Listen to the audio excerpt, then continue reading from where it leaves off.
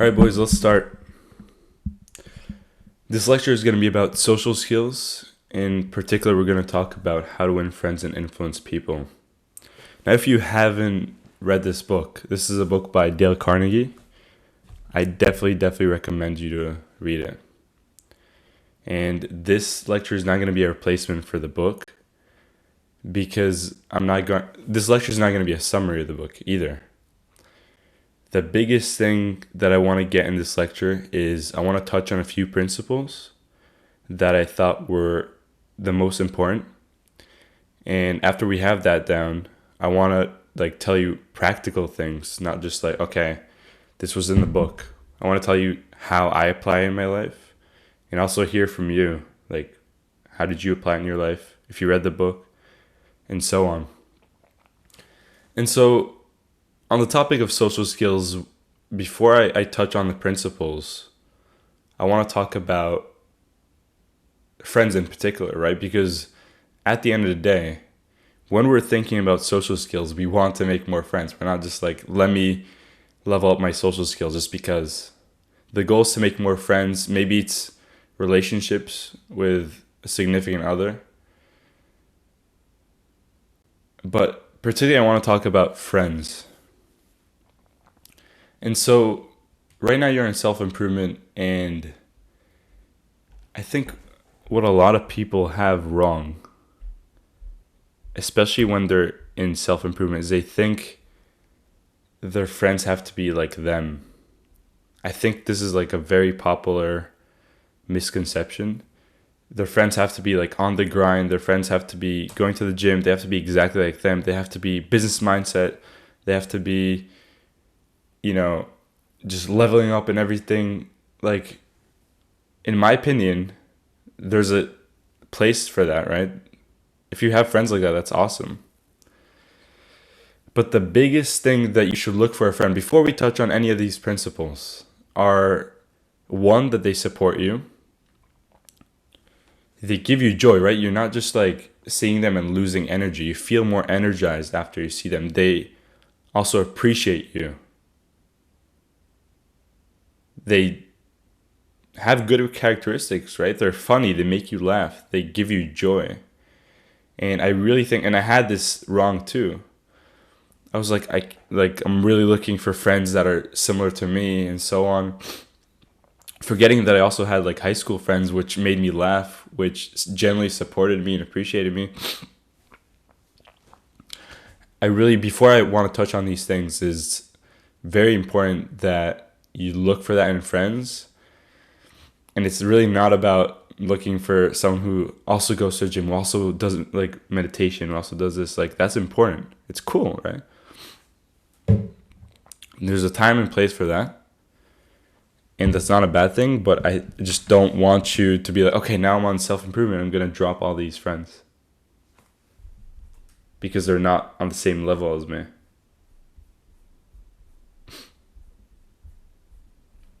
Do you understand that, boys?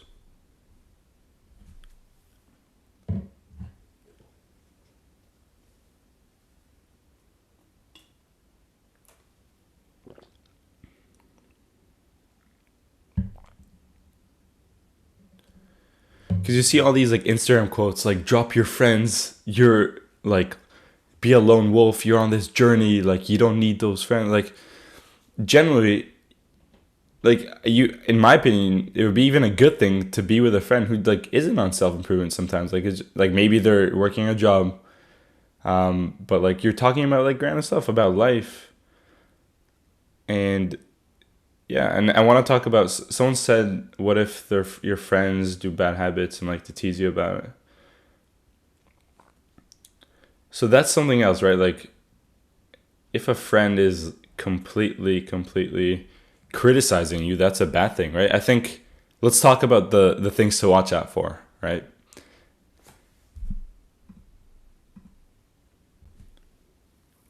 What's a thing that we should watch out for in a friend? What do you guys think?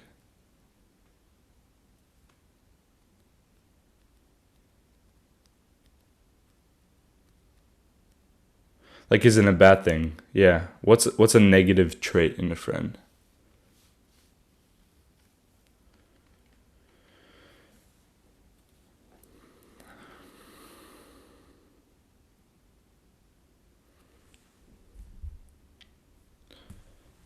This lecture is being recorded, by the way, so don't worry.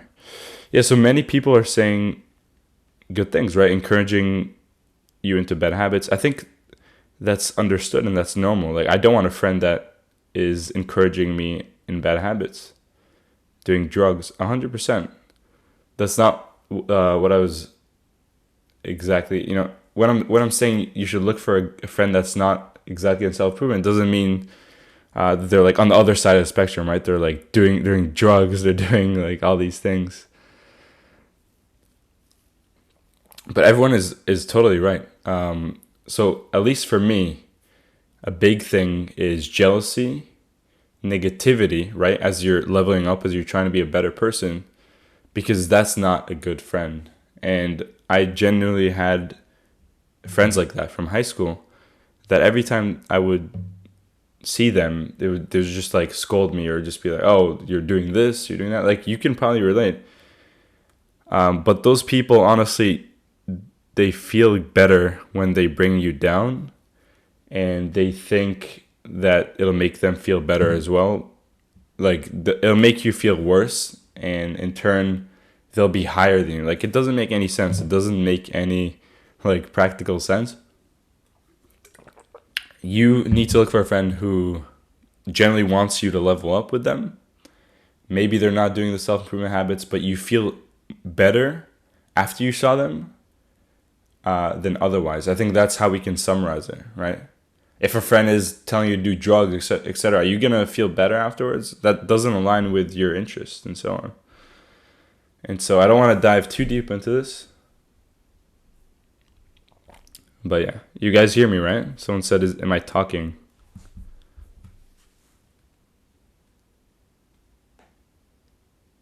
Okay. Any questions, boys?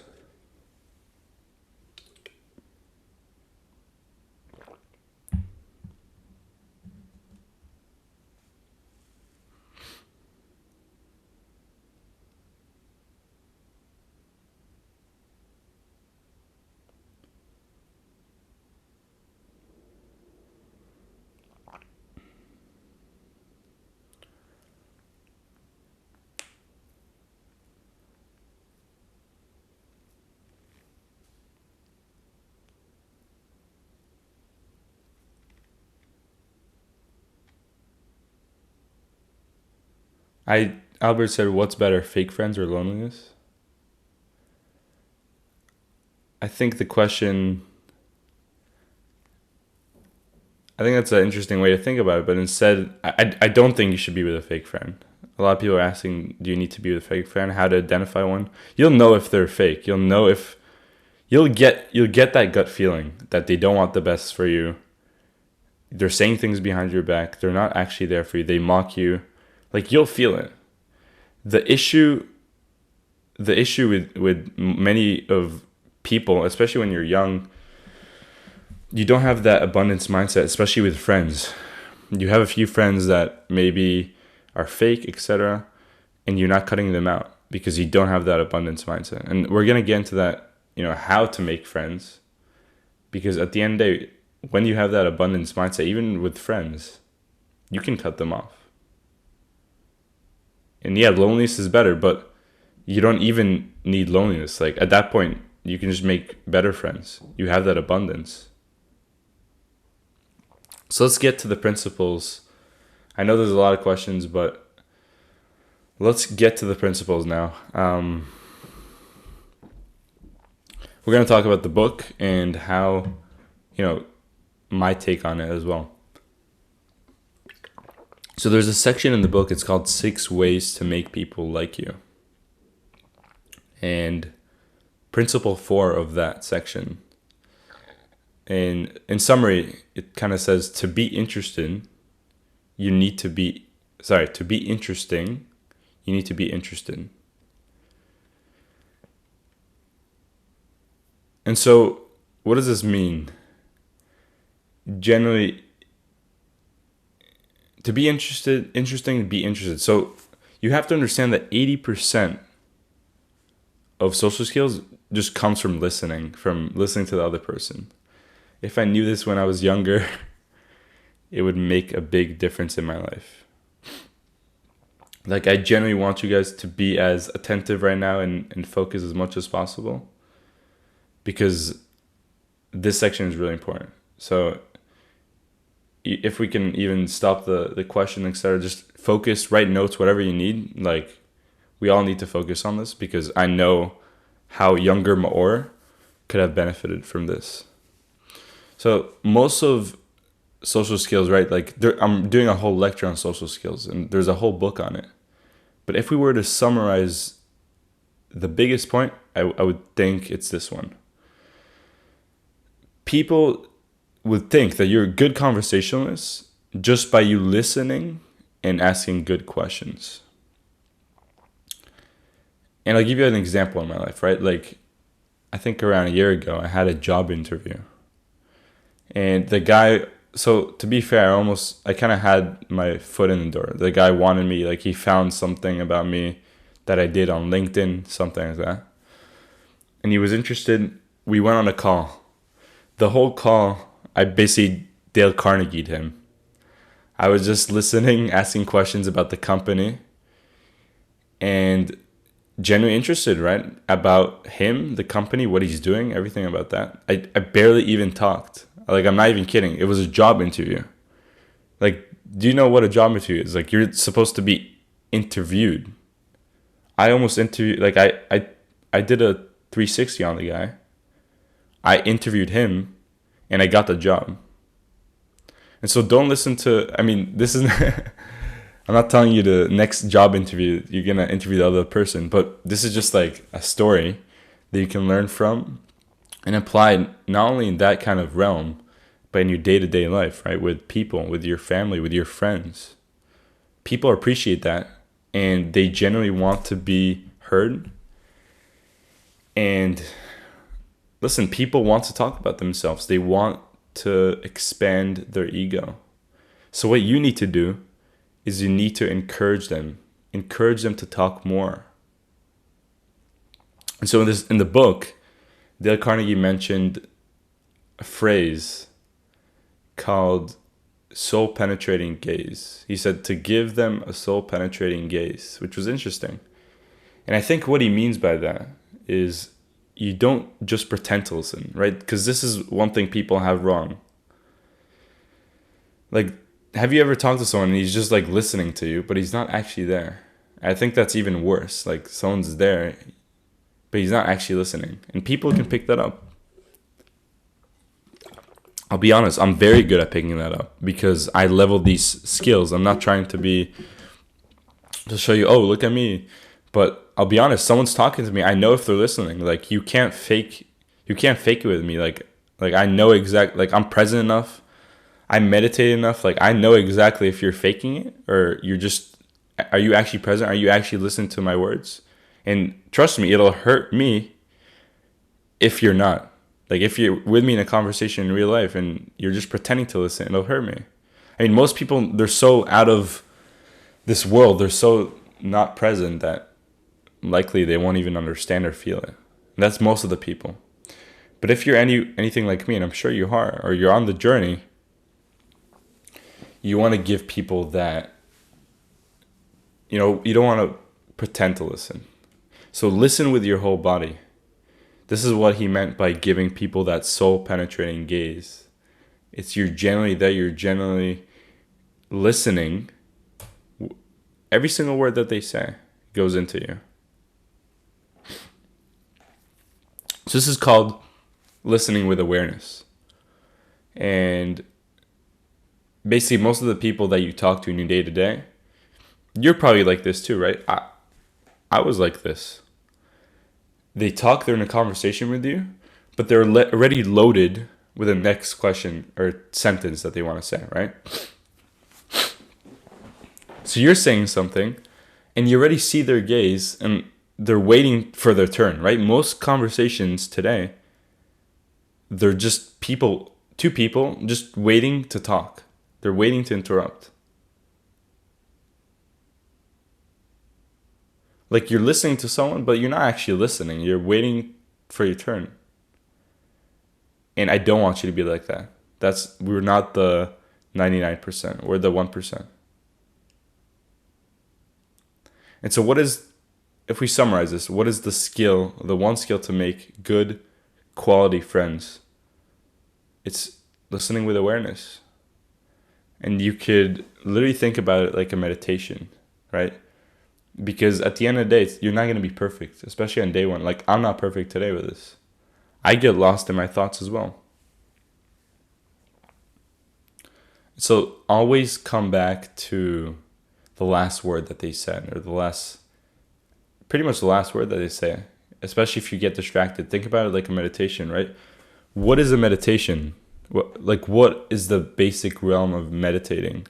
Is you're coming back to the breath, the present moment. Like, what do you do when you go on Headspace, when you go on like all these apps like Calm, Medito? You're listening to someone. He's like, okay, come back to the breath if you get distracted. The point of meditation is not to, not get distracted. That's gonna happen. But it's coming back to the present moment. And you can do the same thing with a conversation. Because trust me, even today, I get distracted sometimes. I could think about something else. Even though I meditated, 170 hours, I could get distracted. So that's not the point. The point is to think of it like a meditation. They're saying words, and you're always coming back to those words. And so the long-term solution is, the question of how we can listen to awareness, right? The long-term solution for that is you meditate. You meditate every single day consistently. And you can level up that awareness, right? Because most people don't meditate. Most people don't have that presence. And particularly, right, it's being ruined by modern technology. All these apps shortening our attention span and so on. To combat that, we listen with awareness and we're more mindful by meditating. So that's the long-term solution. Now, short-term, let me talk about a few skills that you can have, how to listen with awareness. So first of all, we mentioned this, but don't interrupt the other person. Let them finish their sentences, and don't think about the next thing you need to say. Like, just listen to listen. And most of the time they'll keep talking. Like, people, I told you, enjoy talking. They love expanding their ego.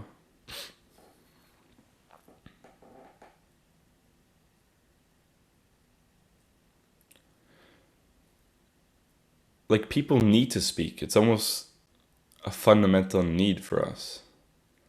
And so what if you could be that person, that initiator, who listens with awareness, who doesn't act like the 99%? What if you can provide that need?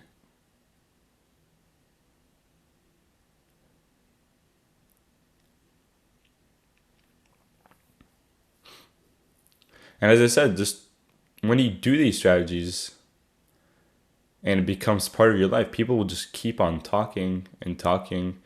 And at the end of the day, you won't really talk a lot. That's particularly how, at least in my life, I am. And at the end of the day, they'll think you're a good conversationalist and they'll love you. I think that's a win-win. Your issue right now is that you also want to talk, right? You feel like this is not fair. Like, I want to talk too. And this is your problems, right? This is why you have those shallow conversations.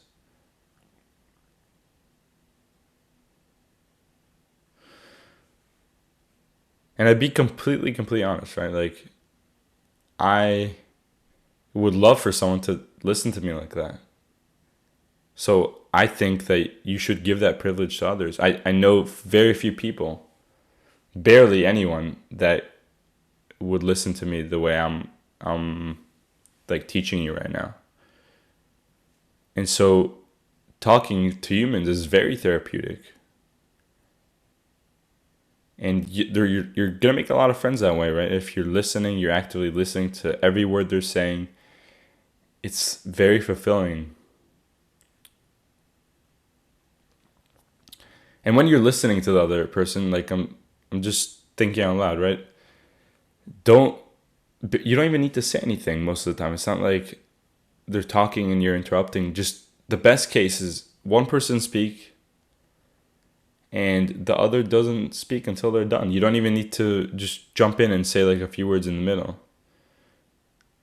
Like the most you could say is just like just okay, I'm listening.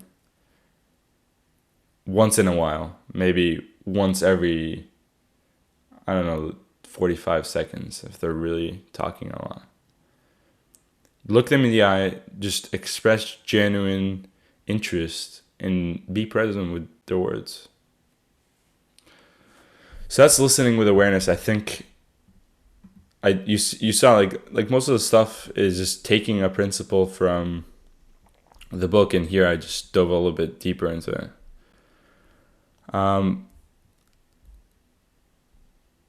So let's talk about your parents, right? Because we're talking a lot about friends and so on, but think about it. When was the last time that you listened to your parents like that? Like genuinely. It's very therapeutic to everyone, and that could be your parents. They also need to talk to you. They also would be very grateful if you practice this type of listening with them, listening with awareness. So I want you to kind of practice this.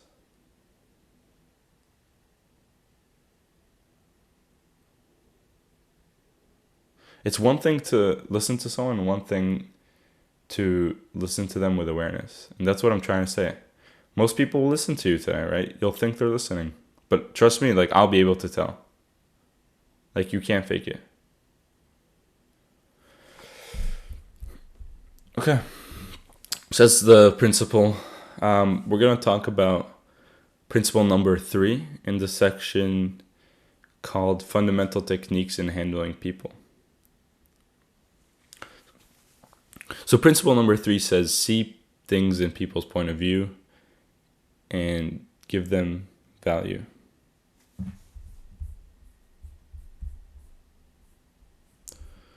So at the end of the day, no one really cares what you want. That's the true kind of reality check. No one actually cares what you want. They only care about their needs, right? So if you appeal to their needs and desires, then you'll have a big advantage. What do I mean by this? So if I want someone to do something for me, I'll try to put myself in their shoes. What they want, right? So for example, most people go into job interviews, and I believe this was also in the book. There was an example, and they'll be like, okay, there's this company called, let's say it's Google. So you'll say, okay, I want my salary to be like this. I want this job. I want that job. Most people say that. Like honestly, most people just go into a job interview and say what they want. But no one cares what you want. Everyone cares about what they want, their needs, the company's desires, right? How you can see things in their point of view, not yours. And so in the book, there was this example, right? I believe of someone, going to a job interview, doing exactly the opposite and not getting the job. Just saying, I want this job. I would be a good fit for this job. Just like talking about I, like everything about yourself. Like no one actually cares. And so if you reverse this and you're like, I genuinely will help the company grow. Like with this skill of mine, I will push the company to this. I will help you grow. I will add more, like just, what I'm trying to say. Just think of the other person, the other company, the other person on the other side.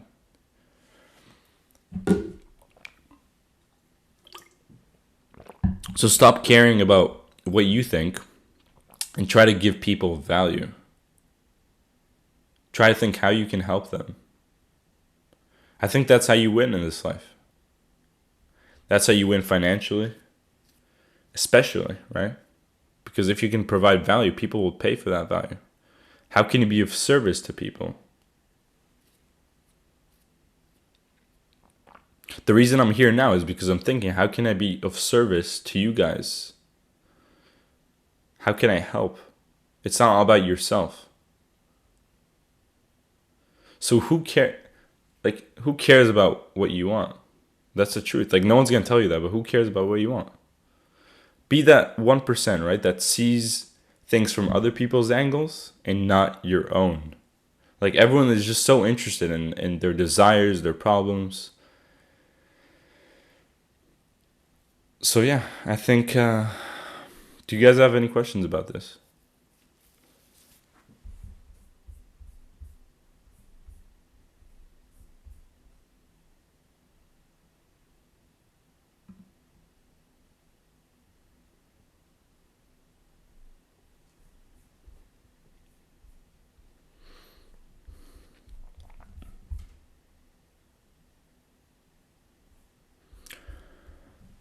All right, cool. The next kind of thing I want to talk about is, I don't know exactly the phrasing of the chapter. But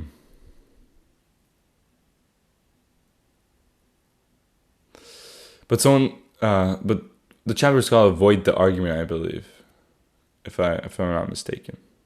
And so, the way it was portrayed in the book is you either lose an argument or you lose an argument, right? Because either way,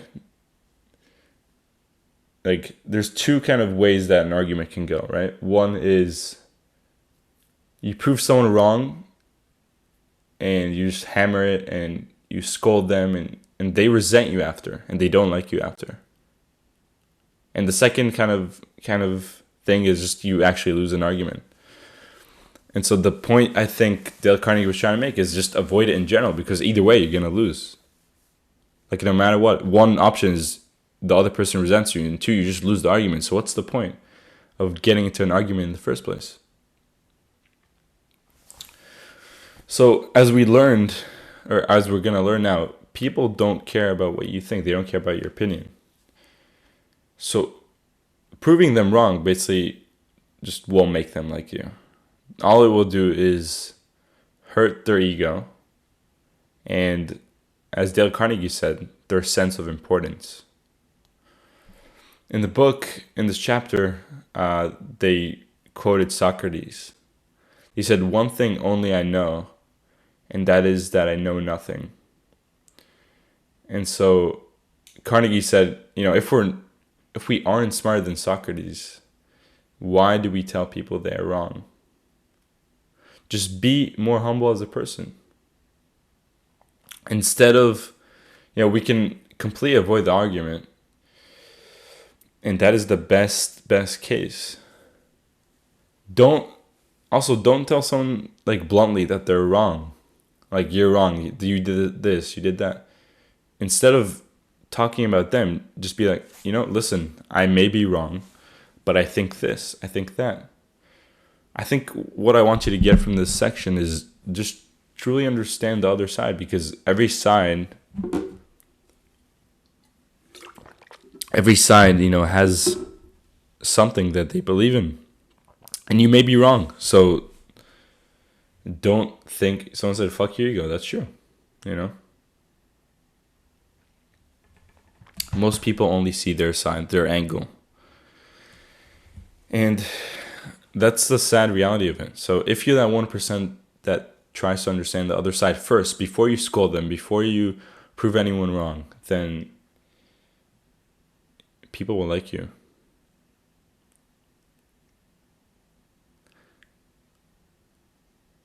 And maybe, after you're trying to avoid the argument and they're still trying to argue with you, still trying to scold you and be negative, maybe that person you have to cut from your life. If it's like a friend or, significant other. if they're not understanding your side and your angle. All right. So a continuation of this is, again, not sure the title of the chapter or the principle, but on top of my head it was just like, don't criticize or condemn the other person, which is very similar to what I just said. But instead of blaming others in the first place, I want you to take 100% responsibility of your life. Because as I mentioned before, when you condemn other people, all you get in return is resentment.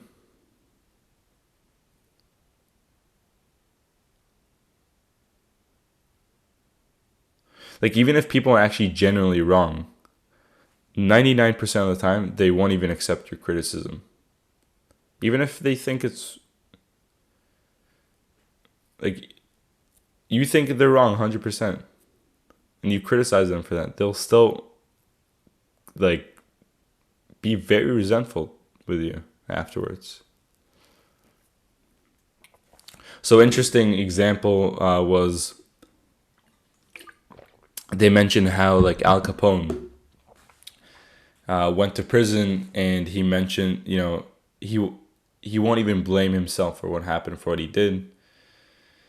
And so the author kind of says, why would anyone who's not even a prisoner blame themselves for what they did? If Al Capone, like someone who went to prison, didn't even blame himself for something. So you have to understand that it's very easy to condemn the other person. It's very easy to scold, because in the short term, all it does, it relieves your feelings very temporarily of anger. Like, it feels good to scold the other person. But I want you to learn to not speak so harshly, even if it's behind someone's back and they might not find out about it.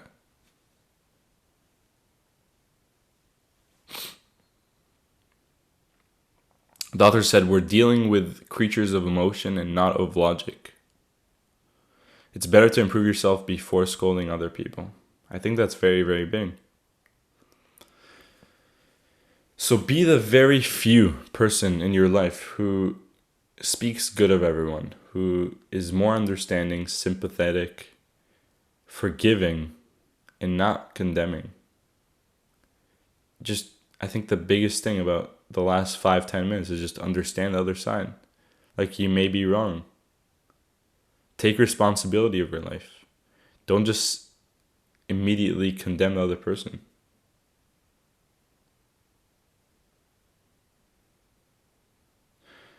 That's really cool, Al. I'll check it out. Thank you.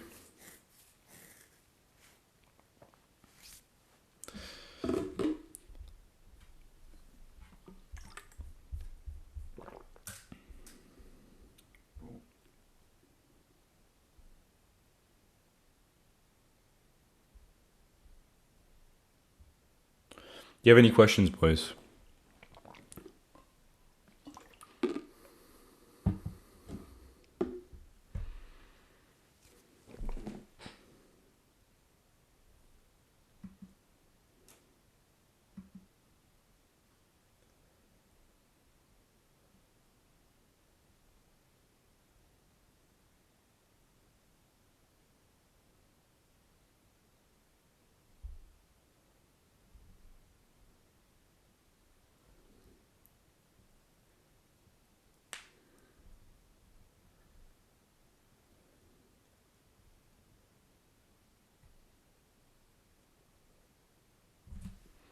I think if someone's complaining, someone asked, then try to switch topics as fast as possible and try to speak about something more positive instead of criticizing them. If that doesn't work, then maybe cut yourself from the situation. Not the person, I don't think that's the right thing, but maybe you can cut yourself from the situation. I gotta go. Like, when someone's complaining, it's not doing any good to you, too. Like, yeah, it's very important to listen to the other person, just like I said. But to a certain extent, like, a lot of complaining for like hours, you're not going to feel good about yourself afterwards.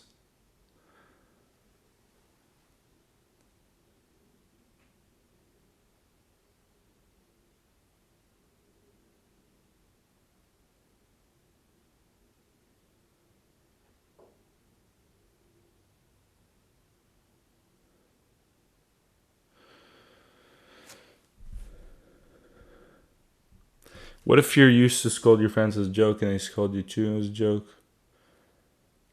I mean, listen, everyone, to a certain extent, that's understandable, right? Because you know it's a joke and they know it's a joke, right? So I don't think that's a bad thing. But like, I'll be honest, like my, you said they'll call you an idiot. Like someone said, what if you used to scold your friends as a joke and they scold you too as a joke? Um, and then they call you an idiot, but as a joke. Like, I think that's where you should draw a fine line. Like, that's where your boundaries can come in. Because I'll be honest, like, I would cut someone who would call me an idiot. Like, I'll be completely honest with you. Like, people will tell you otherwise. Oh, it's a joke. Like, that's funny. Haha. That's so funny. But I would cut someone that would call me, even a friend, even as a joke. Like, what the hell? Like, I know, like, especially when you're young, I get that. Like, people, like, I'm 21. Like, I know when I was younger, like, just people would say, like, you're stupid. You're you're an idiot. But, like, do you want someone like that? Like, generally, take time to think about it. Even journal about it. Do you want a friend like that? And maybe it's too late, right? Because you've done it for a long time. It also could depend on the context. I agree. But I'm saying, from my personal perspective, or how I would deal with it, is it would never get to that level with me. Like, a friend would just never, like, I have that level of abundance. So I would just be like actually, or just completely cut them out. I think the best way to cut out, because on this kind of topic, if we're talking about it, the best way to cut out a friend is not just like telling them, okay, like, we're done, like, this happened, you told me like this. It's slowly. It's like they want to hang out, you're like busy. You just slowly like burning it. I think that's the best way. If we're talking about cutting friends, it's not like you owe them anything. You need to like break up with them like they're your girlfriend. But you can just slowly just cut them out. Or withdraw your attention from them when they're doing, something that you don't like. Because that's how they'll learn.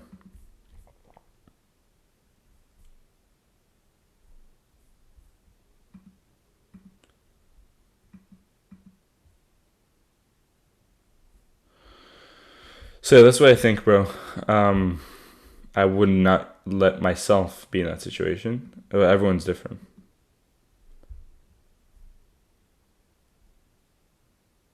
Like, in the past, I had people who told me, those kind of things, and I would not appreciate that, and I would honestly just withdraw my attention from that, or sometimes even, cut them out.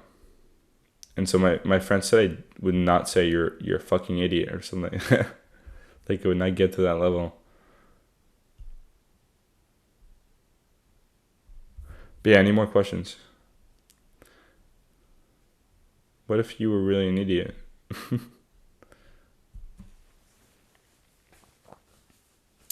mean, listen, there's a time and place to tell people, their faults, or like you were an idiot or something like that. That's why I can't read into every situation. But I'm saying how I would act. Especially when it comes many times. Like, once in a while, I get it.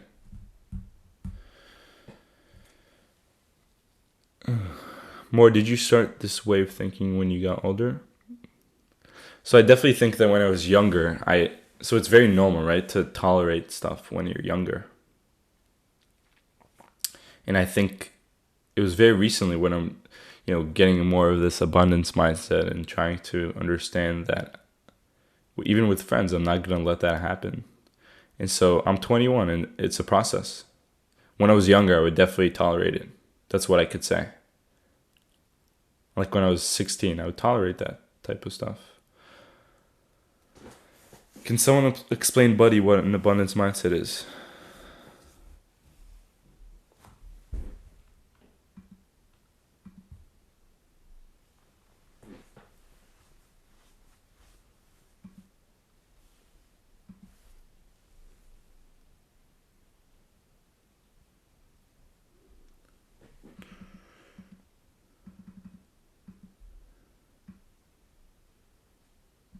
What is one argument with someone that taught you the most valuable information? I mean, I'll be honest, I don't really have something on top of my head because I would usually not even be in that situation.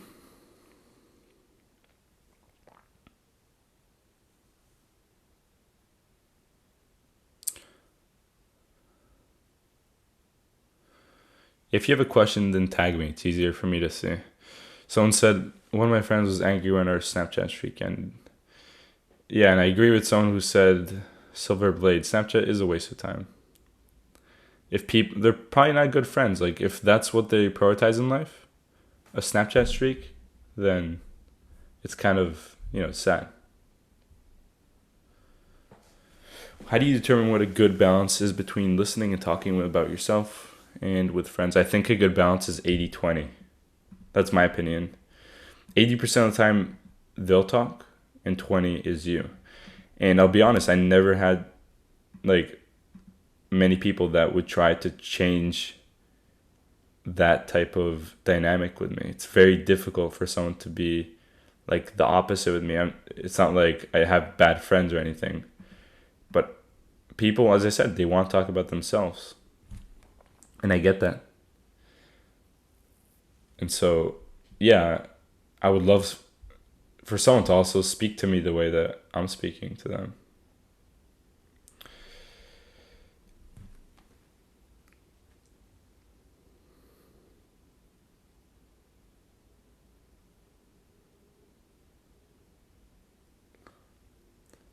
What about people telling rumors and hoaxes about you? Are they your friends?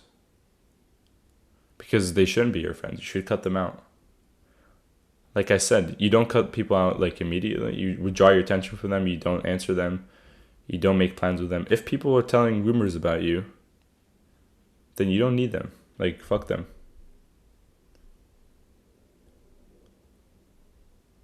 If you have a question, don't spam it because I'll be honest, it makes me less likely to answer.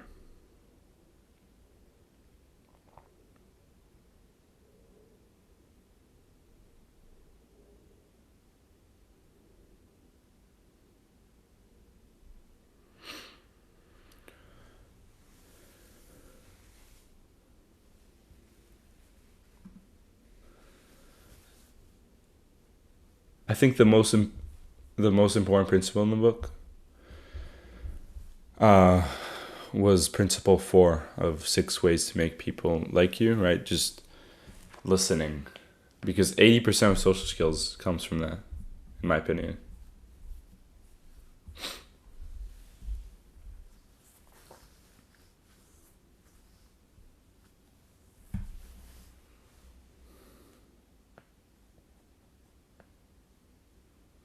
How do you start a conversation? Just ask people questions. It's really not that hard. They'll keep talking. Like, I don't want people to overthink this. It's really not that hard. This lecture will be actually on my YouTube channel.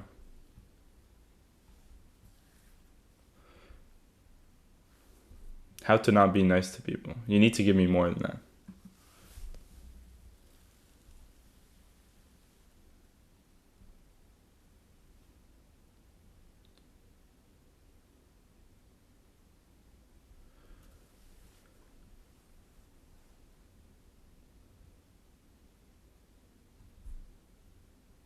All right, boys, we're gonna continue now. I know there's a lot of questions, and we'll continue them soon. But the last kind of thing I want to talk about, and I know it wasn't a lot of principles, but the point is not to summarize the book, it's to talk about the few things that I think are important, and then I want you to read the book as well if you haven't yet. A very interesting principle that I liked in the book is, even say bad things. I'm paraphrasing, right? Even say bad things about yourself. What do I mean by that? So I think there was a cop situation in the book, like where someone was in a park, I think with his dog, and he wasn't supposed to be there. And instead of just telling the cop went up to him. He was like, "Man, like you're not supposed to be here with your dog." And so the first thing that someone would do would, like a regular person, would be to scold him, like, "No, like it's fine, like I was here before," like stuff like that, right? But instead, what you want to do in those situations is even say bad things about yourself, right? In that way, you're kind of neutralizing the situation. And so what I believe this person said was just like, "Listen, officer, it was my fault, like my everything. I wasn't supposed to be here." Like, think about what effect that would do to the other person. I'm not saying do this. I'm not saying only about cops. I'm saying, like, listen, if you did something wrong and you know you did it wrong, then neutralize the situation and literally say whatever you think the other person thinks about you. I've read this also in a book by Chris Voss, which I really recommend. Forgot what it's called, but it was about negotiation. I forgot the name, but search up Chris Voss, something with negotiation. Really good book. But basically, you're just neutralizing the situation. This is good when you know you did something wrong, and instead of just going to the other person and being like, "Listen, like, no, like I didn't do this," or "No, that," like, instead of doing that, just literally blame yourself first. Think how the other person would feel when you're just like, "No, yeah, you're right. Like, I did this. This was my fault. Like, how was I so stupid to think to do this? Like, to bring my dog to a park? Like, that's so stupid." Like, you're saying bad things about yourself, neutralizing the situation, and the other person will pretty much forgive you. So you need to have enough courage, right, to admit your mistakes and criticize yourself in these situations. And I'll be honest, it's fun even sometimes, right? Because people, like the officer was in the book, he was pretty much speechless, right? Because what can you say to that? They'll even try to defend you at one point. Like, "No, it's fine. Like, you're exaggerating. That's too much."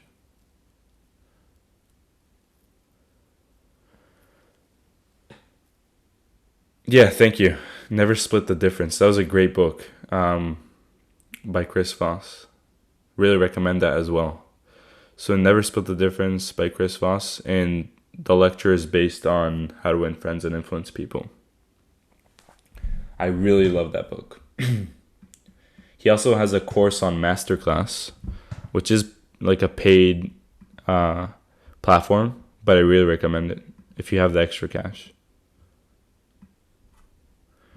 It's basically about the art of negotiation, pretty much social skills, right? How to deal with people. Not only like business negotiations. A lot of it is just like dealing with people and stuff like that. But I'll be honest, boys, that's all I have for today in terms of the actual kind of principles. I want to hear from you now. Like, any questions, I want to answer it.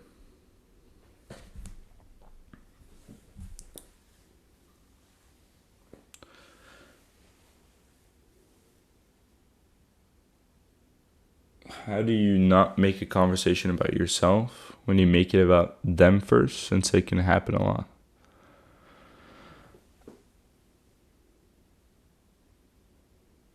I don't understand the question, I'll be honest. Like, if you make it about them, I don't know, I'm just confused. Can you reword that? Do you think there's a correlation between testosterone? I don't know, man. Maybe there is.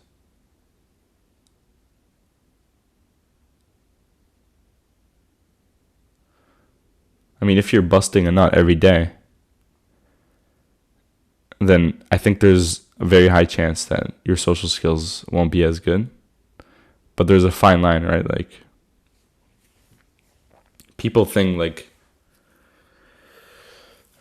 it's gonna like increase your social skills by 100 times if you do semen retention and all that. Like, it will. But there's a point where it'll stay the same. That's what I think. Some people need a summary on Never Split the Difference. Maybe I'll do a lecture on it. I may do a lecture on it. It's a great book.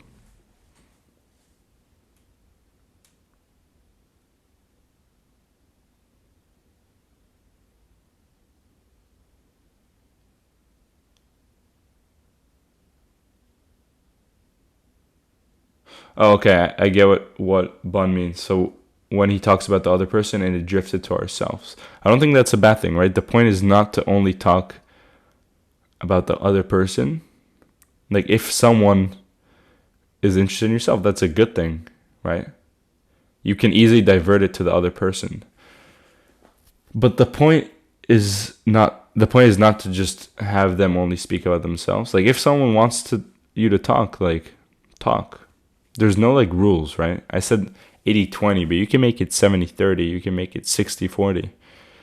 I just want you to genuinely listen to the other person. I'd be very happy if someone, like I told you, I'm 80-20. I'd talk 20% of the time, and people would listen. I would listen 80% of the time. I wish, it was different. And so that's a good thing, right? It's not a bad thing.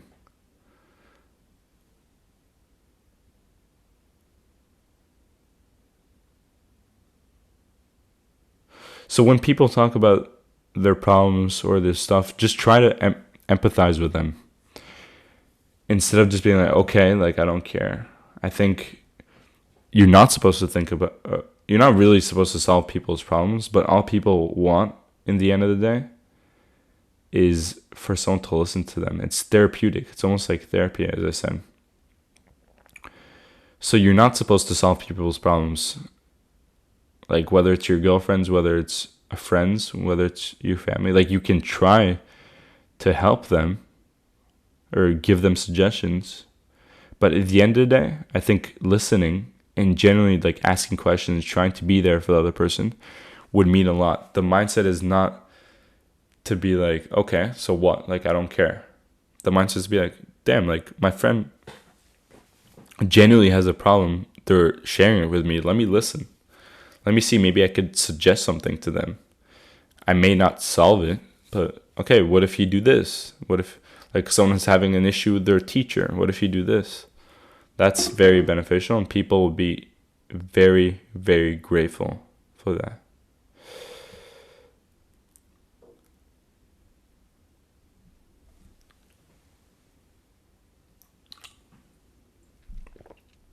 Is it okay to challenge people's beliefs? I think that's very healthy. I think it's not like you're criticizing someone. I think there's a difference. I think challenging someone, it's a very good thing. Whether, again, that's in a relationship, whether it's with friends, I don't think you should accept everything. And yeah, I think you should challenge people. I think that's a very good thing. Because then you're just like a nice person, like a nice guy. Like, whatever someone says, you're just like, yeah, everything is right. Just because I don't want to criticize you. It's not challenging someone, is not criticizing them. It's like, listen, this is how I view this. This is how I view this like topic. And it's different than what you think, actually. What do you think? Like, you're not like, you're wrong and actually this is wrong, and that's criticizing. Has your voice always been this calm? I think I worked on it. I don't think it was always like this. I appreciate you, Koi. Thank you for listening.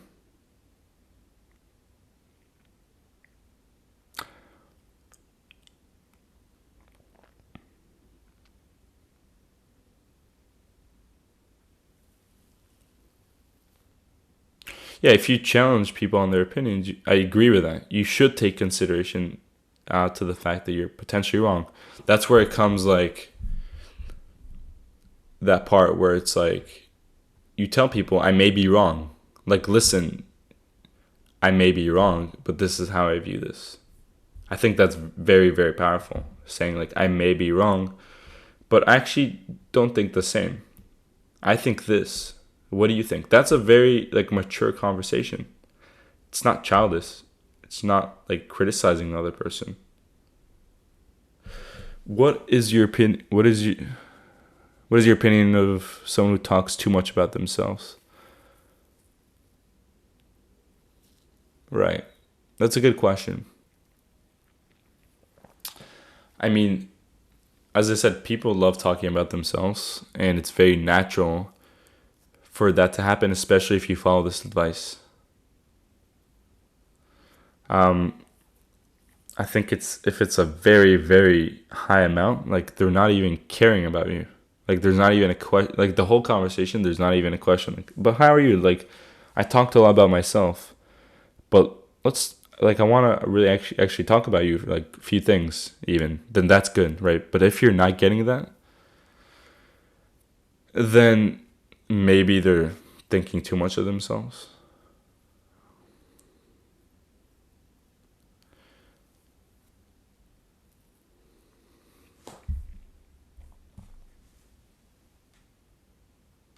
Yes, someone asked a question, should we take time to think about what I'm going to say before I speak? Or just be present, go with the flow of the convo? I think the most powerful conversations are the ones when you're actually taking time in between sentences, right? Because as I told you, there's a lot of people that just immediately just go like and talk, like immediately like you're speaking, now they're speaking, like there's no pause. I think the most kind of mature conversations are when there is silence. Like silence is powerful.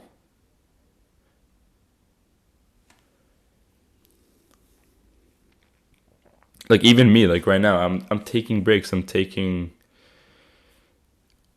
when I want to think about something, I don't just say it. I think about it. And in return, you really say what you mean.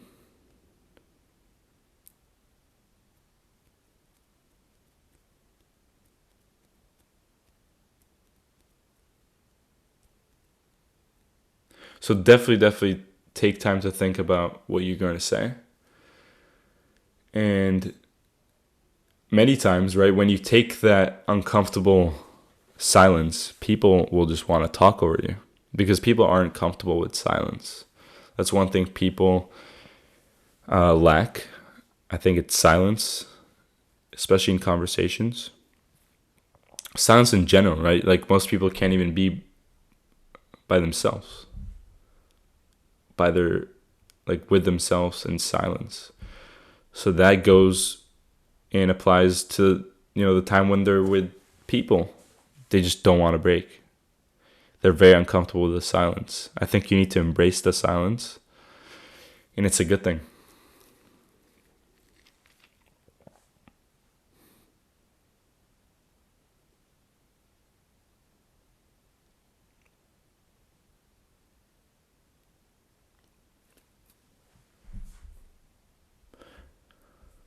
Any more questions, boys?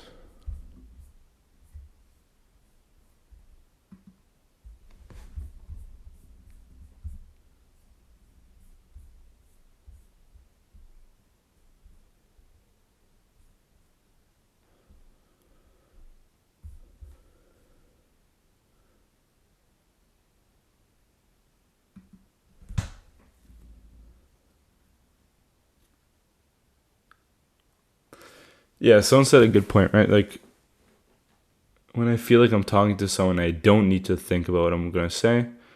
It's much more fun and relaxing. Yeah, there's a time and place for the conversations that I told you about, and a time and place for just not having to think. But it's not about overthinking. It's just about taking time to to think, if that makes sense. It's not like you're not overthinking about what you're gonna say.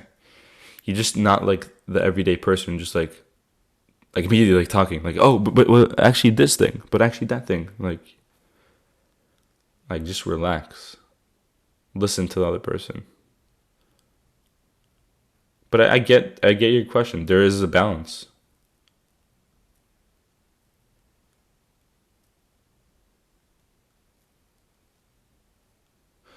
The best way to break the ice with someone that you're not familiar with, I would say, is a compliment. Genuinely complimenting someone and saying something you like about them. For example, I would go to the gym and someone I'm not even never talked to, right? They'd be in the locker room and I want to talk to them. And for example, I saw they have like a nice water bottle, and I would compliment that. Where'd you get it from? That would lead to talking more. I think that's the best way to break the ice. Instead of being like, how are you? What's your name? What do you do in your free time? But yeah, that's big. How do you deal with people in the workplace who's good at talking shit? That's harder, right? Because it's very hard to... You can't cut those people out, right? Because they're in the workplace. I think you just have to try your best to... Unless they're your boss. If they're your coworker, try best to not be associated with them or spend time with other people. With breaking ice, I said compliment the other person. Genuinely compliment them, not just say something because that would be the right thing to say. Thank you, boys. I appreciate it. Thank you, Fotiadis. Appreciate you.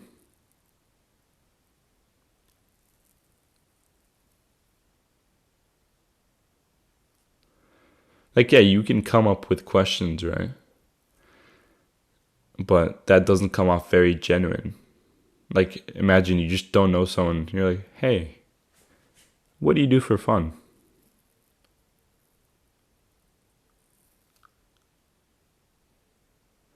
Do you feel like the culture of reading and learning outside of school has died out for younger adults? I think so. And I think that is sad. And we're that like 1%, right? That try to learn, and most of life we're just trying to learn and better ourselves. But it has died. It has died. It's very hard to pinpoint, because of this. But it has died. You can argue, technology, all these modern addictions, and I would say most of it does have to do with that.